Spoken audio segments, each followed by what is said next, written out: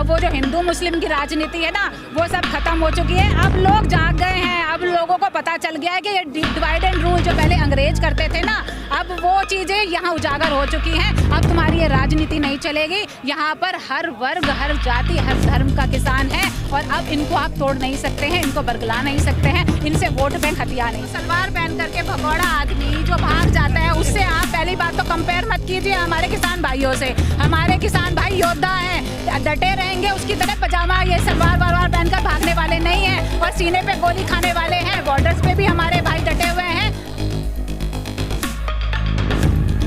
नमस्कार, स्वागत है आपका बहुजन टीवी में। मैं हूं आपके साथ प्राची। हम फिलहाल गाजीपुर बॉर्डर पर मौजूद हैं। आज गाजीपुर बॉर्डर से पलवल तक यहां पर जो किसानों का जत्था है वो ट्रैक्टर रैली निकालने वाला था और निकाला भी है। बता दें कि आज यहां पर गाजीपुर बॉर्डर पर हवन भी जो है वो कराया जा रहा है। लिखा हुआ है यहाँ पे भाजपा सरकार की बुद्धि शुद्धि हेतु ये हवन कराया जा रहा है। आप देख सकते हैं किस तरह यहाँ पर हवन कुंड रखा हुआ है, उसमें हवन हो भी रहा है, आरती भी चल रही है।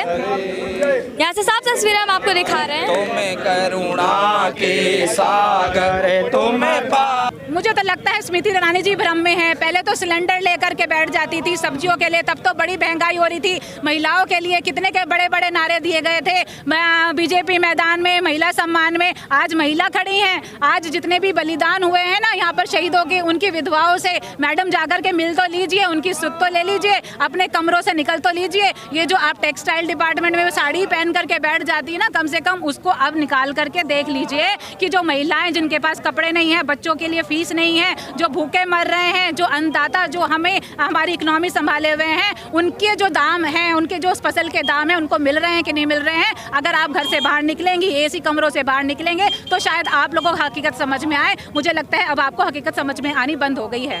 लेकिन मैम 43 दिन से आंदोलन चल रहा है, किसान सड़कों पर है, सरकार तो अभी भी कह रही है कानून तो वापस नहीं होगा। देखिए नहीं होगा, अगर उनकी बुद्धि भ्रष्ट हो ही चुकी है तो कोई बात नहीं। हम लोग भी देखिए देश के नागरिक हैं और सच्चे सिपाही हैं। हमारे ही जो बच्चे थे, हमारे जो भाई हैं, वो बॉर्डर्स पे लड़ रहे हैं, वही पुलिस में है, हर डिपार्टमेंट में हमारे किसान भाइयों के ही परिवार से गए हुए हैं। तो हमारा तो फर्ज बनता है देश को सही दिशा दिखाना, सरकार को दिशा दिखाना। हमारी गलती थी कि हमने ऐसी सरकार को चुना। अब हमारी जो उस गलती को हम सुधारेंगे और उनको सही रास्ते पर लेकर आएंगे।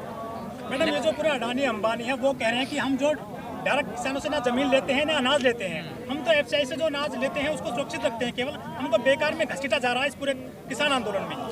हाँ, आप लोगों को तो घसीटा ही जाता है, आप लोग तो कुछ करते ही नहीं है। सारा तो आपने प्राइवेटाइजेशन करवा दिया, सारे जो बिल हैं वो आपके फेवर में बनते हैं। आज आप लोग इतने भले बन जाते हैं। अगर आप लोग इतने भले हैं और किसानों के लिए इतना सोचते हैं, देश के नागरिकों के लिए सोचते हैं, तो आ जाइए ना, एक बार आकर के मिलिए तो सही किसानों से। एक बार धरने पर आकर बैठिए तो मिलिए तो उन विधवाओं से जिन्होंने आत्महत्या की थी। कभी सोचा आपने? आप सारी चीज मॉल में कन्वर्ट कर देना चाहते हैं। मुझे बताइए, जब हमारे रेहड़ी पटरी वाले जो भाई हैं, जो गरीब तबका है, जो कमाते हैं, जब बड़े बड़े इंडस्ट्रियलिस्ट मार्केट के अंदर आ जाएंगे तो वो कहाँ जाएंगे, वो कैसे कमाएंगे? और जो आम नागरिक भी है ना, जो आज एक एक घंटा लड़ लेते हैं सब्जी वाले के साथ। अच्छी बात है, अगर निवेश होगा तो जिस देश में सबसे ज्यादा निवेश होता है वही देश मजबूत निवेश होगा, लेकिन किस तरह से निवेश होगा? आप ये तो देखिए, आप प्राइवेटेशन के नाम पे कितनी रिबेट्स दे रहे हैं आप उनको। आप उनसे टैक्स भी नहीं ले रहे हैं। जो सरकारी मंडी है उनमें आप टैक्स लगाए बैठे हैं। तो जब उनके पास तो पहले से बजट इतना होता है कि वो पहले से ही जो छोटे तबके का है उसको दबा देंगे, और उसको आपने रेलवे तक तो बेच दी उनके हाथों में। तो आप क्या उम्मीद करते हैं कि वो लोग जो छोटे आपके बिजनेसमैन हैं उनको दबा करके अपने आप स्टैब्लिश नहीं हो जाएंगे? सरकार कह रही है कि पब्लिक सेक्टर सारा नुकसान में जा रहा है, क्या किया जाए फिर इसको बचाने तो के लिए? एक बात बताइए ना, सरकार मुझे बताइए, जो पहले इतने बड़े बड़े दावे कर रही थी, कह रही थी कि हमने तो इतना विकास कर दिया, हमने तो पूरे वर्ल्ड के अंदर डंका बजा दिया, आखिर कर क्या रही थी? क्या चूड़ी पहन करके बैठी हुई थी? तो मुझे ये बताइए ना, आज महिलाएं यहाँ पर खड़ी हुई हैं, हम कह रहे हैं कि महंगाई से हम लोग मरे जा रहे हैं। हमारे पास आज हमारे जो बच्चे हैं, जो भाई हैं, वो अनएम्प्लॉयड हैं। कोविड के दौरान सारी जीडीपी खराब हो गई, आपका सारा जो इकोनॉमी है वो डगमगा गया। ये किसान ही थे जिसने इकोनॉमी संभाली हुई थी। तो आज क्या उनका दुख दर्द आपको समझ में नहीं आ रहा है? जो बाबा रामदेव वो कहते हैं किसान ना समझ हैं, इनको कानून पढ़ लेना चाहिए पहले। बाबा रामदेव, आप बताइए ना, जो सलवार पहन करके भगौड़ा आदमी जो भाग जाता है, उससे आप पहली बात तो कंपेयर मत कीजिए हमारे किसान भाइयों से। हमारे किसान भाई योद्धा हैं, डटे रहेंगे, उसकी तरह पजामा ये सलवार वलवार पहनकर भागने वाले नहीं हैं और सीने पे गोली खाने वाले हैं। बॉर्डर्स पे भी हमारे भाई डटे हुए हैं, हमारे पुलिस में भी हमारे ही भाई हैं, और जितना भी देश हमारी जो इकोनॉमी है वो भी किसान अन्नदाता ने ही संभाली हुई है। तो जो पहले अपना शहद का सैंपल तो पास करवा ले। आज कोरोना जो आपने क्या इम्यूनिटी बूस्टर जो वो निकाली थी, वो जब पास नहीं हुई तब तो आपने ये कहना शुरू कर दिया कि वैक्सीन पे हमें विश्वास नहीं है। पहले तो तुम सरकार की सारी बातें कर रहे थे, तब तो तुम सरकार को ये कह रहे थे कि ये सरकार आएगी तो महंगाई खत्म हो जाएगी, सारा जो काला धन है वो वापस ले आएगा। पहले उनसे जाकर पूछ तो लीजिए कि बाबा जी वो काला धन कहाँ गया, हम तो इंतजार में है, वो काला धन आएगा तो जब काला धन वो वापस आ जाएगा ना तब वो बात कीजिएगा। लेकिन मैम, सीएम योगी से जब किसान आंदोलन के बारे में बात की गई तो उन्होंने कहा कि देश की प्रगति कुछ लोगों को रास नहीं आ रही है, इसलिए आंदोलन कर रहे हैं। हाँ, प्रगति तो हम देख रहे हैं ना, हर एक नागरिक आज आंदोलन में बैठा है। जो जितने भी हैं, पहले आपने जो इतने सारे प्रोटेस्ट हुए उनको तो आपने देशद्रोही साबित कर दिया। जो आज यूथ है उनको भी आप देशद्रोही साबित कर देते हैं। बता दिया। हाँ, तो खालिस्तानी बता दीजिए। आज अन्नदाता है, अन्नदाता को मैं तो कह रही हूँ ये तो हमारे लिए मेडल के समान है। हम तो आतंकवादी, खालिस्तानी, पाकिस्तानी सब मेडल लेने के लिए तैयार हैं, क्योंकि हम लोग किसान हैं। और किसान को अगर आप आतंकवादी कहते हैं तो गर्व से कहते हैं कि हम आतंकवादी है। तो ये जो मोदी सरकार है, जितने भी कानून अब तक लेकर आई है, चाहे नोटबंदी हो, जीएसटी हो, 370 हो, 35 हो, 3 तलाक हो, किसान कानून हो, किसी पे भी बैकफुट पर नहीं आई है मोदी सरकार। चाहे कितना ही आंदोलन, देखिए कोई भी कुछ भी हो जाए, पहले किसान से नहीं भिड़ी थी सरकार, आज जो टक्कर है वो किसान से है। और किसान जब बंजर जमीन पर हल चलाना जानता है तो जो ये बुद्धिविहीन जो सरकार है ना, उसको भी सही रास्ते पे लाना जानता है। तो हम लोग सही रास्ते पे उनको लाकर रहेंगे। संबित पत्रा कहते हैं किसान हमारे साथ हैं, हमको वोट देते हैं सारे किसान देश के। देते थे, मैं भी मानती हूँ, हमने भी दिया था, वोट दिया था। लेकिन अब वो जब भ्रम के अंदर आकर वो जो उन्होंने सपने दिखाए थे उन पे विश्वास करके हमसे भाई बहुत गलती हो गई। अब हम नहीं करने वाले आपसे। क्या जो मोदी सरकार है वो किसानों को कोर्ट में घसीटना चाहते हैं, जिस तरह से सुनवाई होने वाली 11 तारीख को?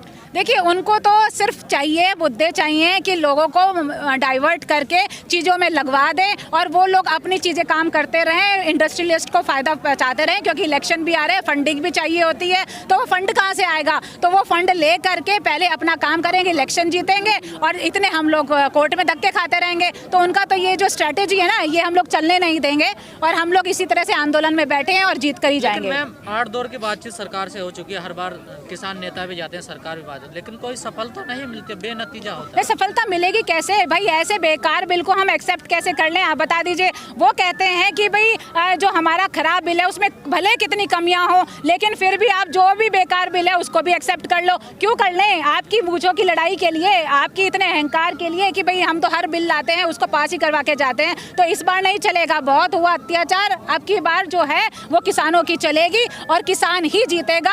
वो जो बीजेपी के नारे हैं ना, अब वो विफल हो चुके हैं। महिला सम्मान में बीजेपी, मैं महिला हूँ, मैं भी चलूंगी 26 जनवरी और मैं देखूंगी कितना सम्मान आप लोग करते हैं। गलत फहमी में है, शायद नींद से जाग जाएंगे अगर वो सोच रहे हैं कि इस तरह की चीज़ें चलती रहेंगी। अब लोग जागरूक हो चुके हैं, किसानों को अपना भला बुरा समझ में आता है। पहले आपने जागरूक हो रहे हैं। अभी हैदराबाद में बैलेट पेपर से चुनाव हुआ, राजस्थान में चुनाव हुआ, हर जगह तो वो बढ़त पा रहे हैं। अभी ऐसा है, कोई नहीं है, अभी आपको भ्रम हो रहा है। अगर उनको लगता है, अब की बार देख लीजिएगा, उत्तर प्रदेश में भी चुनाव है, अभी पता चल जाएगा। यहाँ पर सारे वर्ग के लोग हैं, सारे धर्म के लोग हैं। अब वो जो हिंदू मुस्लिम की राजनीति है ना, वो सब खत्म हो चुकी है। अब लोग जाग गए हैं, अब लोगों को पता चल गया है कि ये डिवाइड एंड रूल जो पहले अंग्रेज करते थे ना, अब वो चीज़ें यहाँ उजागर हो चुकी हैं। अब तुम्हारी ये राजनीति नहीं चलेगी। यहाँ पर हर वर्ग, हर जाति, हर धर्म का किसान है और अब इनको आप तोड़ नहीं सकते हैं, इनको बरगला नहीं सकते हैं, इनसे वोट बैंक हथिया नहीं सकते हैं। कुछ लोग कह रहे हैं कि यही काम बस गलत हुआ किसानों को, और तो सारे काम बढ़िया करें सरकार। हाँ, बहुत बढ़िया है ना। देखिए ना, पेट्रोल डीजल बढ़ गया, आपकी जो सिलेंडर है उसकी सब्सिडी घटती चली जा रही है धीरे धीरे। आपने बिजली जो है वो भी आपने इतनी महंगी कर दी। तो भाई ये बता दो ना, हम लोग पेस्टिसाइड, इंसेक्टिसाइड सारे तो महंगे कर दिए। अब ये बताओ कैसे तो किसानी करें, कैसे खेती करें, कैसे कैसे लोगों का पेट पालें, कैसे अपना घर चलाएं। तो आप बता दो कौन सुखी है इस देश के अंदर? एजुकेशन में आपने कुछ नहीं किया, सारे सरकारी स्कूल खराब पड़े हैं। तो आप ये बताओ ना आपने किया क्या है? सिर्फ मंदिर के नाम पर राजनीति करके आपने सिर्फ लोगों को बरगला करके वोट बैंक तो हथियार लिया, पर कब तक बरगलाएंगे, कब तक भ्रम में रखेंगे? लोग जाग गए हैं।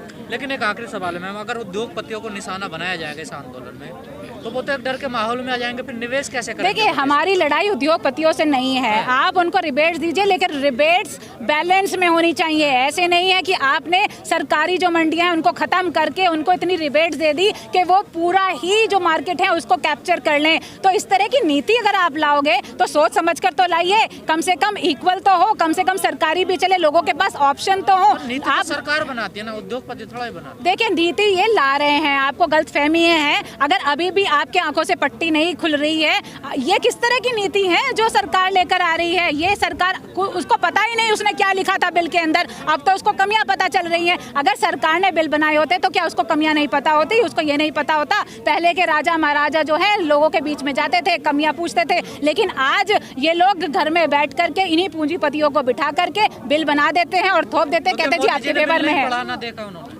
कैसे पढ़ा है आपने? आप देखो ना, अभी तो कह रहे हैं कि इतनी कमियां हैं, जब वो 9 कमियां खुद मान गए तो उन्होंने पढ़ा था क्या? उनसे पूछिए ये सवाल। वो तो आपके दबाव में आंदोलन की वजह से कह रहे हैं। अगर आप मोदी जी इतने दबाव में आ जाते हैं, हमने तो सुना था 36 इंच का 56 इंच का सीना, पता नहीं क्या क्या बोला था उन्होंने कि भाई 56 इंच का सीना है और हम लोग तो किसी से डरते नहीं है। हमने तो पूरे देश के अंदर डंका बजा दिया और लोग थर थर कांपते हैं हमारे से। अगर वो इतने ताकतवर थे, इतने ज्यादा वो बलशाली थे, तो भाई हम किसानों से क्यों डर रहे हैं? ये तो आतंकवादी है, गोली चलवा दो ना। लगी रहे हैं वो आंदोलन उनके सामने छोटा पड़ रहा। हाँ तो चलवाइए ना, गोली चलवा दीजिए ना। आतंकवादी बैठे हैं, जब आपने कसम खाई थी कि भाई हम लोग यहाँ से आतंकवाद खत्म कर देंगे, हम लोग यहाँ से पाकिस्तानी को निकाल देंगे, हम लोग यहाँ पर सब कुछ राम राज्य स्थापित कर देंगे, तो आइए ना, हम खड़े हैं। मैं तो कहती हूँ मैं आतंकवादी हूँ, मैं किसान परिवार से हूँ, तो कर दीजिए मुझे भी शहीद। ठीक है, मैं प्रियंका संगठन से एक सेकंड। हाँ मैं किसी संगठन से नहीं हूँ, हाँ मैं सोशल एक्टिविस्ट हूँ।